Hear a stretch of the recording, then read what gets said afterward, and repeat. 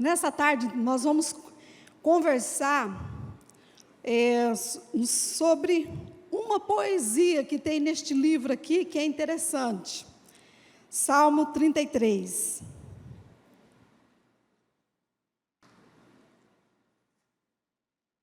Eu gostaria que você ficasse com a Bíblia aberta,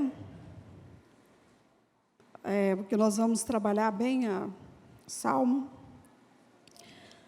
É um convite que o salmista nos faz para adorar a Deus. Todos encontraram? É um salmo de júbilo, júbilo do cristão, para contemplar as obras de Deus. Nós não vamos fazer bem diferente, viu? Vamos ficar bem assim, prestando atenção, porque o salmo ele é um pouquinho longo, então nós vamos meditar em alguns versículos, então é necessário que você fique com a Bíblia aberta. Eu não sei, foi da forma que Deus ministrou ao meu coração, certo? Então, aqui, depois nós vamos entender o salmo. Primeira coisa que nós temos que entender aqui, que este salmo é um salmo de júbilo. O salmista nos faz um convite para contemplar as obras de Deus. E esse salmo é como um sopro do Espírito Santo, que vem soprando as brasas do nosso coração. Então, ele faz um convite aos justos, retos, para esta contemplação, de adoração, para esse despertamento, certo? E quando o povo de Deus se reúne, nos cultos de celebração, nas células, na escola manancial, ou seja, quando a igreja de Deus se reúne, esta chama, ela se acende. Se ela estava apagada, adorar a Deus. O povo de Deus se reúne para um objetivo, para adorar a Deus, para contemplar a grandeza de Deus. É necessário você observar uma coisa. O Salmo 32, botem um pouquinho, ele foi escrito por Davi. E é um salmo de arrependimento. É um salmo onde o salmista, ele se arrepende, ele confessa os seus pecados a Deus, e ele é perdoado. E no versículo 11 do Salmo 32, encerra dizendo o seguinte: alegrai-vos no Senhor e regozijai-vos, vós os justos, e cantai alegremente, todos vós que sois retos de coração.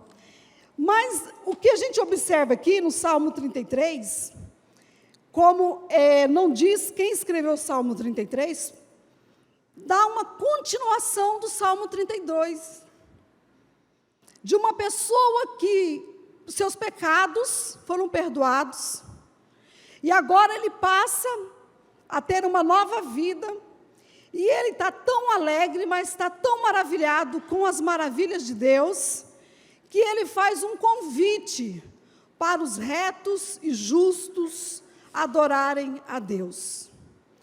Queridos, meditando nesse salmo, que eu entendi que muitas vezes nós já aceitamos Jesus, temos aí uma caminhada já longa com Deus, mas tem um certo tempo que parece que a brasa se apaga, cai aquela assim, a pessoa fica um pouco apática, a pessoa fica religioso até muitas vezes, porque nós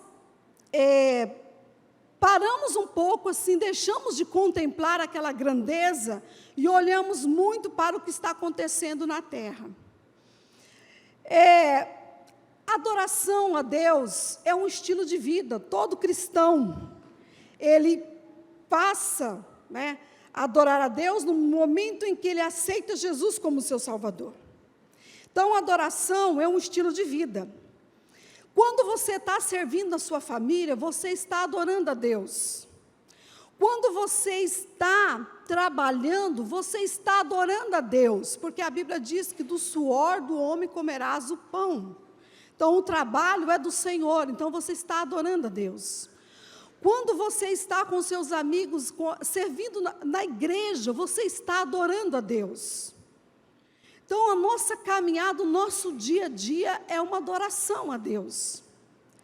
Mas, muitas vezes, nós estamos tão mergulhados no que está acontecendo aqui na terra, que deixamos, às vezes, desta adoração, no sentido de contemplar a grandeza de Deus. E o salmista, então, quando ele entende que os seus pecados foram perdoados, ele faz essa convocação solene para esta contemplação, porque contemplar significa admirar. É como se nós parássemos um pouquinho de olhar para a terra, do que está acontecendo ao nosso redor, as tragédias, notícias ruins, acidentes, mortes, enfermidades, qualquer situação assim parecida, nós deixamos de olhar para isso um certo momento, um pouquinho, e vamos agora olhar para a grandeza de Deus, quem Ele é, e o que Ele faz, e o que Ele fez. Então, mais ou menos o salmista quis dizer isso. E quando nós passamos a admirar a grandeza de Deus, a contemplar a grandeza de Deus, o nosso coração é incendiado. É como um sopro mesmo, um vento, um sopro do Espírito Santo, ele vem, sopra, retirando todas as cinzas e brasas sendo acesas. Essa é adoração, isso é adoração. Essa contemplação, esta admiração, que o salmista nos convida a olhar para aqui neste Salmo 33. Primeiro ponto, aqui, vamos ver aqui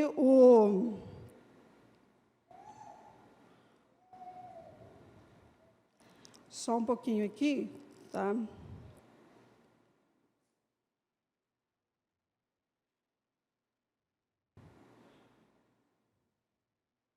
Misericórdia, sempre me enrolo nisso aqui.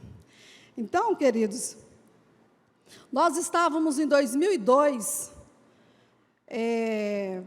2000 mais ou menos, numa conferência, num congresso em Palmas, Tocantins. Obrigada, querida. E lá, nós fomos nesse congresso, e terminou o congresso, o último dia do congresso. Ouvimos palavras de pregadores, até internacional, teve um pregador, Alamuf, que pregou nesse dia. E no último dia do congresso, teve lá a palestra lá do pastor, terminou o congresso, o pessoal foi embora, a maioria do pessoal foi saindo, e ficaram poucas pessoas nesse estádio. Então, naquele tempo, quem conhece o pastor Cirilo, a igreja cantava muito como canta hoje, o poderoso Deus. E nesta noite, terminou o congresso, e aquela banda começou a se arrumar, a se organizar, e a gente não conhecia o pastor Cirilo, porque se você pegar os primeiros CDs do ministério dele, não tem foto na capa, porque foi um propósito que ele fez com Deus, de não mostrar o seu rosto. Então a gente não conhecia o pastor Cirilo, só ouvia a voz dele. E o meu desejo era conhecer o pastor Cirilo, porque Deus levantou ele na época, e como tem levantado hoje, como uma voz profética para esta nação, de adoração. E nós ali queríamos saber, então, quem era o pastor Cirilo. Nós sabíamos que ele ia estar. E ele começou a ministrar o poderoso Deus.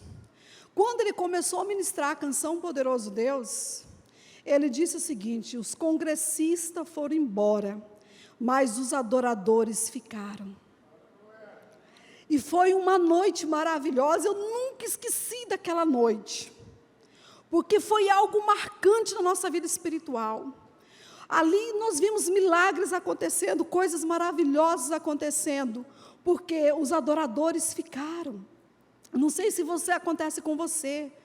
Você começa no dia a dia, aquele dia frenético e tribuloso, de repente você começa a adorar a Deus, para um pouquinho para adorar a Deus, a tua mente já muda, o teu coração já muda, você já começa a ter visões, você já começa a ver palavra vindo ao teu coração, palavra de Deus, que um dia você leu, que você ouviu. A adoração, ela traz os céus na terra. Quando você começa a contemplar essa grandeza de Deus, então o Salmo 33 começa assim, vamos ver comigo. Onde o Senhor habita? Onde o Senhor habita? O Senhor habita entre os louvores. O Salmo 22, verso 3 diz: porém tu és santo, o que habita entre os louvores de Israel. Agora vamos ver aí, do verso 1 ao 5, como devemos adorar. Do verso 1 ao 5, como devemos adorar. Regozijai-vos no Senhor, vós justos, pois aos retos convém o louvor. Nós somos justos e retos porque nós somos justificados em Cristo Jesus. Amém? Através do seu sangue que foi derramado na cruz, nós fomos justificados. Louvai ao Senhor com harpa, cantai a Ele com saltério de 10 cordas. Cantai-lhe um cântico novo, tocai bem e com júbilo, porque a palavra do Senhor é reta e todas as suas obras são fiéis. Ele ama a justiça e o juízo, a terra está cheia da bondade do Senhor. Então, como é que devemos adorar a Deus? Desta forma, devemos adorar, cantar a Ele, um cântico novo. Quem já não passou por aqui, por um momento assim, de você estar adorando a Deus e de repente ver um cântico novo? Davi compunha suas músicas assim. Os salmos são poesias. Davi era um músico, ele escrevia. E era assim, queridos, um cântico novo quando acontece. Cântico novo. E também dentro desses versículos aqui, a gente aprende que fazer bem. Então, se nós estamos na obra do Senhor, nós estamos servindo a Deus, tudo que nós formos fazer, nós temos que fazer bem feito. Bem feito, porque é para Ele. É dessa forma de adoração. Quando você está servindo lá na sua casa, no teu trabalho, na faculdade, você está adorando a Ele, você tem que fazer bem feito. Então, a adoração significa isso, fazer bem feito. Na casa do Senhor, nós servimos a Ele, trabalhando, servindo aqui, no ministérios e tal, nós temos que fazer bem feito, porque adoração significa isso, fazer bem feito. Outro ponto que nós anotamos aqui no Salmo 33, Deus é o Criador de tudo, criou o sistema planetário, o segredo dos tesouros guardados, dos 6 ao 9, vamos ver comigo. Pela palavra do Senhor foram feitos os céus e todo o exército deles pelo Espírito da sua boca. Ele ajunta as águas do mar como um montão, põe os abismos em tesouros. Tema toda a terra ao Senhor, temam todos os moradores do mundo, porque Ele falou e tudo se fez, mandou e logo tudo apareceu. Amém? Então Deus, Ele fala e Ele faz. Ele fala e Ele faz. Aqui nós vemos que Ele criou tudo. Ele é o nosso Deus Todo-Poderoso. E temos que contemplar esta grandeza, estas maravilhas, que tudo Ele falou, tudo se cumpriu. A gente vê na palavra quando o homem pecou. Ele falou que ele enviaria o seu único filho, o Salvador Jesus Cristo, né, para a remissão dos nossos pecados. E nós vimos isso se cumprindo quando Jesus morreu na cruz pelos nossos pecados. Então, ele falou e ele fez. Deus, ele não volta atrás na sua palavra. Ele não se arrepende daquilo que ele fez. E ele não volta atrás, porque a sua palavra permanece para sempre. Outro ponto, diante da soberania de Deus, é reduzido o conselho humano. Ele anula todo o conselho. Anula o conselho de Faraó. Faraó representa o inimigo das nossas almas. Representa os ditames da sociedade. Ele anula tudo. Ele anula tudo. Porque o que permanece é a palavra dele. Aqui na palavra de Deus, 2 Coríntios, capítulo 10, versículo 4. Capítulo 10, versículo 4 e versículo 5. Esses versículos têm sido minha oração nesses últimos dias. Então, diante do Senhor, tudo cai por terra. Então, diz a palavra aqui, porque as armas da nossa milícia não são carnais, mas sim poderosas em Deus, para a destruição das fortalezas, destruindo os conselhos e toda altivez, igreja, que se levanta contra o conhecimento de Deus. Esse é o nosso Deus Todo-Poderoso. Qualquer coisa que se levantar contra a palavra dEle, contra o conhecimento dEle, é caído por terra, é desfeito. Então nada pode se levantar contra o conhecimento dEle. E nenhuma ideia de Faraó, jamais. Ele destrói tudo. Porque o que permanece, somente a vontade e a palavra dEle. Faz prevalecer a sua vontade. No versículo 10 a 11, vamos ler aí. Diante da soberania de Deus é reduzido o conselho humano. 10 a 11. O Senhor desfaz. Eita Deus. O Senhor desfaz, queridos. Isso aqui é muito forte. O conselho das nações. E quebranta os intentos dos povos. Ele desfaz qualquer ideia que venha violar os princípios da sua palavra. Lembrando de um texto, em Atos 16, naquilo que tudo está no controle de Deus. Paulo já estava com a sua mala pronta para uma viagem para um determinado lugar. Já tinha comprado a sua passagem. Mas o Espírito de Deus proibiu de Paulo ir. Ele disse, não é para lá que você vai para a Macedônia. Então, o homem, Provérbios, o teu pastor leu semana passada, no domingo passado, Provérbios 16, 1 diz, ao homem pertencem os planos do coração, mas a resposta certa vem dos lábios do Senhor. Amém? Então, o homem, ele pode fazer planos, como Faraó, lendo o livro do Êxodo, ele fez em relação ao povo de Israel. Mas quando Deus tem um plano, quando Deus tem um propósito, nada pode impedir esse propósito. Como diz a palavra, agindo eu, quem impedirá?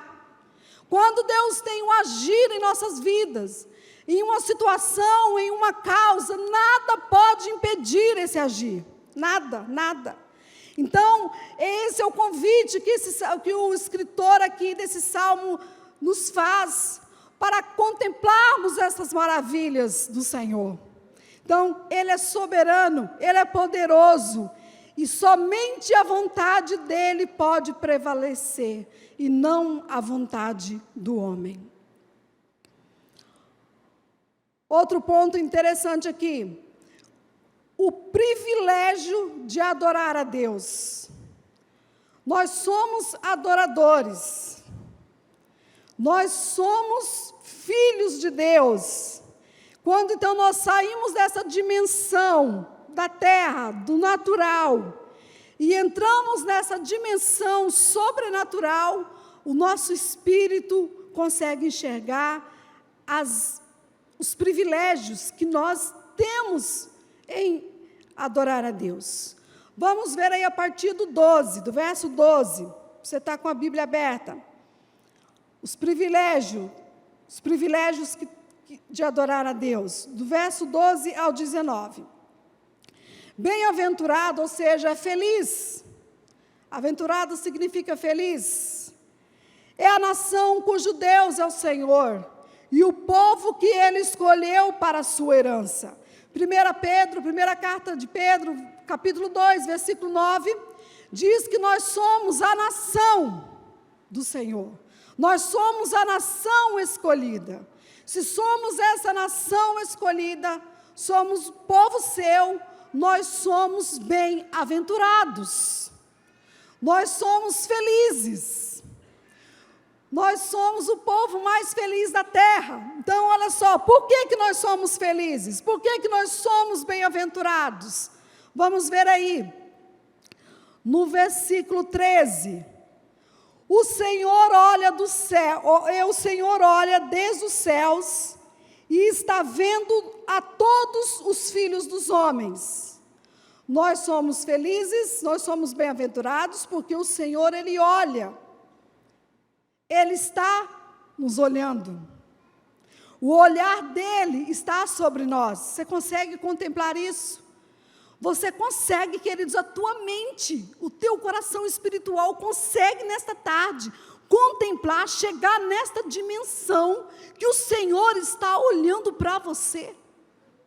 Oh, eu consigo, porque o Senhor nos deu essa graça e nós temos livre acesso à sala do trono através do sangue de Jesus, porque o véu foi rasgado. Se o diabo lançou no teu coração, dizendo que você não consegue contemplar esse olhar do Senhor, pode repreender, porque é mentira de Satanás, porque Deus, Ele está contemplando o teu coração. Então, no versículo 13, por que nós somos bem-aventurados? Da sua morada contempla todos os moradores da terra.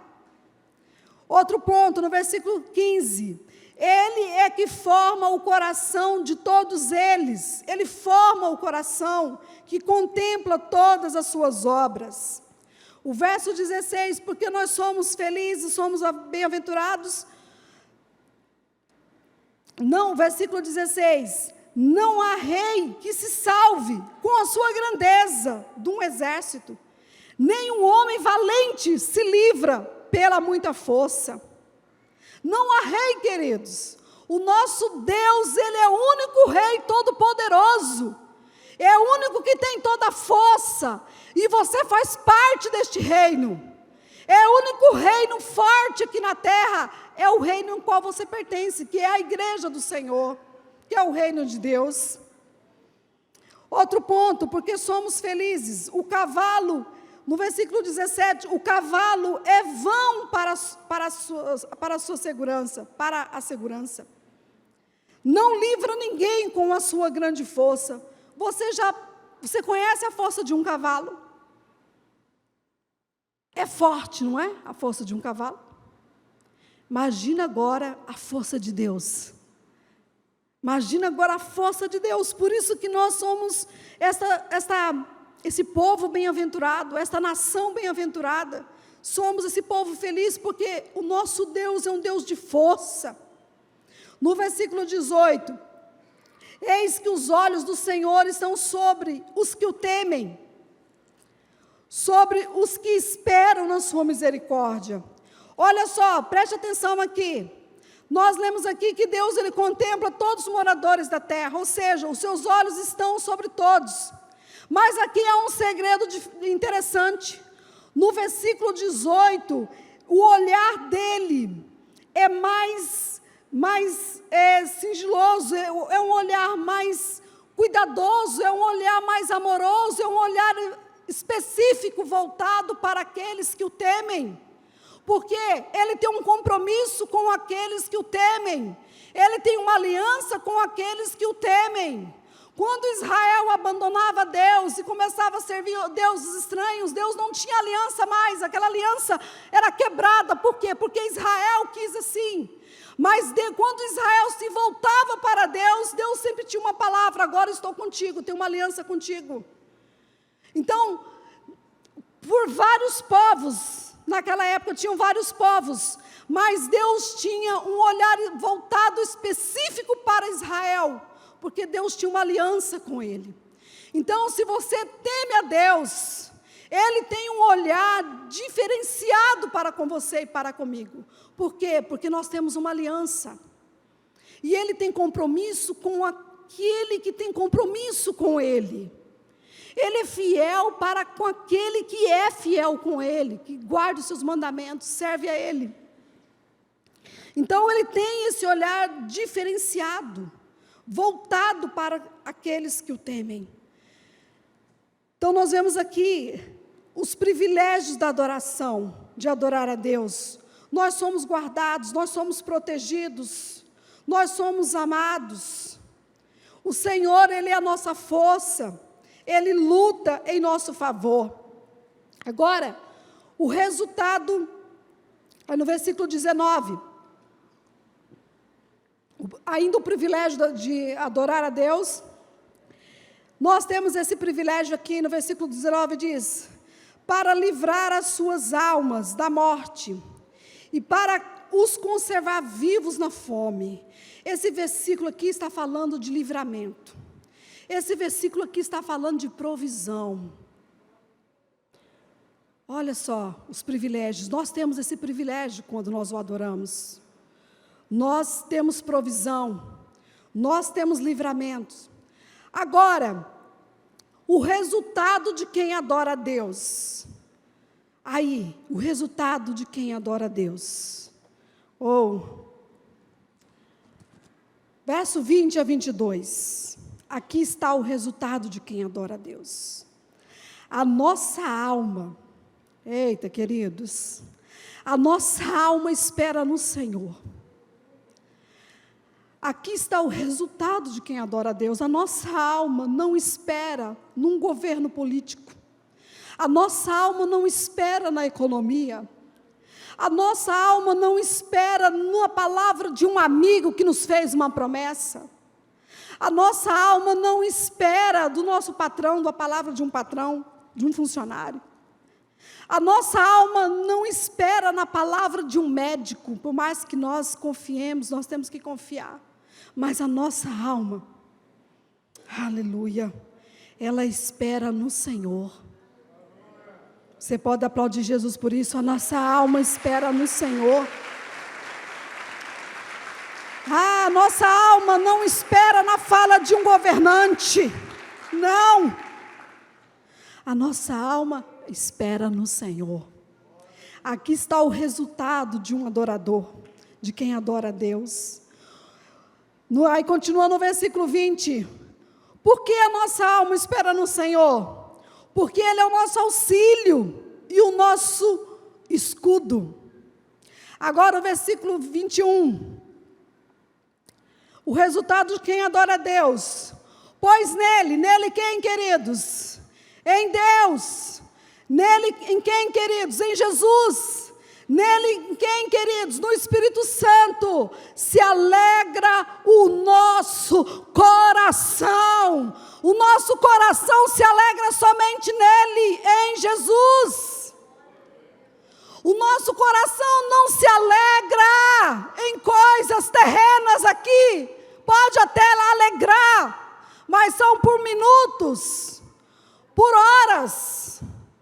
Porque você se alegrou hoje com uma determinada situação, amanhã vem outra.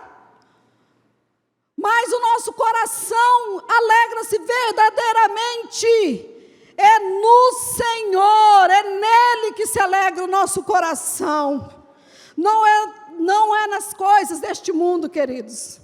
podemos por momentos, coisas rápidas.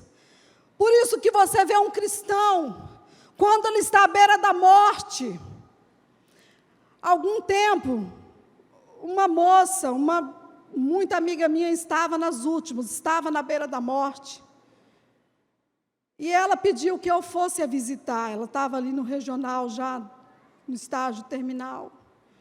Eu chamei uma irmã aqui da igreja e disse assim para ela, falei, olha, eu vou porque ela pediu, ela mandou um recado, ela mandou um mensageiro lá em casa, dizer que queria me ver antes da sua partida, e ela era cristã. E eu falei para essa minha irmã da igreja, eu não consigo ir, porque a minha estrutura não dá, eu sou mole para essas coisas, eu sou fraca para essas coisas, mas eu tenho que ir, porque ela pediu que eu fosse. Aí essa irmã aqui da igreja foi comigo, me acompanhou. Quando eu cheguei lá, ela estava nas últimas, já estava assim, e ela estava, queridos, eu nunca esqueci desta cena, ela estava adorando a Deus, ela estava pregando para mim sobre a vida de Jó, porque a alegria dela estava no Senhor, mesmo ela partindo. Eu li uma frase esses dias, eu não sei o autor, que disse assim, a frase dizia assim, quando perguntarem para você, quando você estiver passando por uma luta, por uma dificuldade, por uma provação, alguém olhar para você e perguntar assim, mas onde está o teu Deus? Eu li essa frase, não lembro o autor, mas eu estou parafraseando. Aí a resposta foi, ele está no mesmo lugar, no controle de tudo. Esse é o nosso Deus. Então, a nossa alegria está no Senhor, o nosso coração se alegra nele, queridos, nele. Porquanto temos, continuando o versículo, porquanto temos confiado no seu santo nome. E o último versículo, seja a tua misericórdia, Senhor, sobre nós, como em ti esperamos. Amém? A misericórdia do Senhor é sobre nós. Esta é a nossa confiança. Resumindo aqui, esse versículo, esse Salmo 33, o coração deste Salmo, são dois atributos aqui. Adorar a sua justiça e a sua retidão. Esse é o Deus que nós adoramos. Um Deus que não mente, um Deus que não volta atrás, um Deus coerente, um Deus consistente, um Deus justo e reto, e nele não há sombra de variação. Vale a pena adorar esse Deus. É por isso que nós adoramos esse Deus. Vale a pena adorar esse Deus, porque Ele não muda. A sua palavra permanece para sempre. Os céus e a terra passarão, mas a minha palavra jamais passará. Governantes, pessoas famosas, os famosos, eles passam. Governantes passam, mas a palavra do Senhor, ela permanece para sempre. Por quê? Porque Deus, Ele não volta atrás naquilo que Ele fala. Deus, Ele continua sendo fiel com a sua palavra. E por que Ele não volta atrás? Por causa de mim, por causa de você? Não, Ele não volta atrás por causa disso. Ele não volta atrás porque Ele é fiel na sua palavra.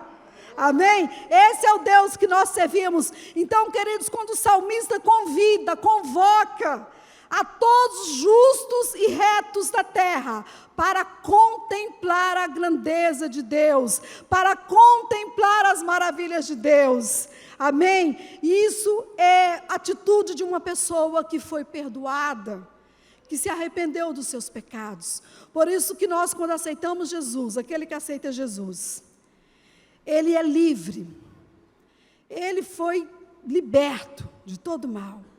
Agora, o que ele faz? Carrega gente, traz gente, não é? Traz gente para a célula, traz gente para os cultos, traz gente para o acampa, traz gente para o encontro. Por quê? Porque ele está convocando. Ele entendeu que os seus pecados foram perdoados, que agora ele é uma nova pessoa em Cristo Jesus, e ele convoca então essas pessoas para contemplar, para admirar a grandeza de Deus. Amém? Você pode ficar em pé e vamos adorar a Deus? Eu quero nesta tarde, em nome de Jesus, nós vamos entoar um cântico. Você veio aqui para adorar a Deus, nosso Senhor Jesus Cristo, que morreu na cruz para nos salvar. E você vai se esquecer de tudo que lá fora. E hoje, Deus, Ele quer te levar num nível de adoração, de uma contemplação. Talvez você já serve a Cristo há tanto tempo, mas ainda não tem conseguido contemplar essas grandezas, contemplar os seus atributos que são retos, justo, poderoso, soberano, santo, fiel, amoroso. E se você puder, nesta canção, levantar os seus braços e adorar mesmo, adorar a Ele, contemplar a grandeza e sua majestade.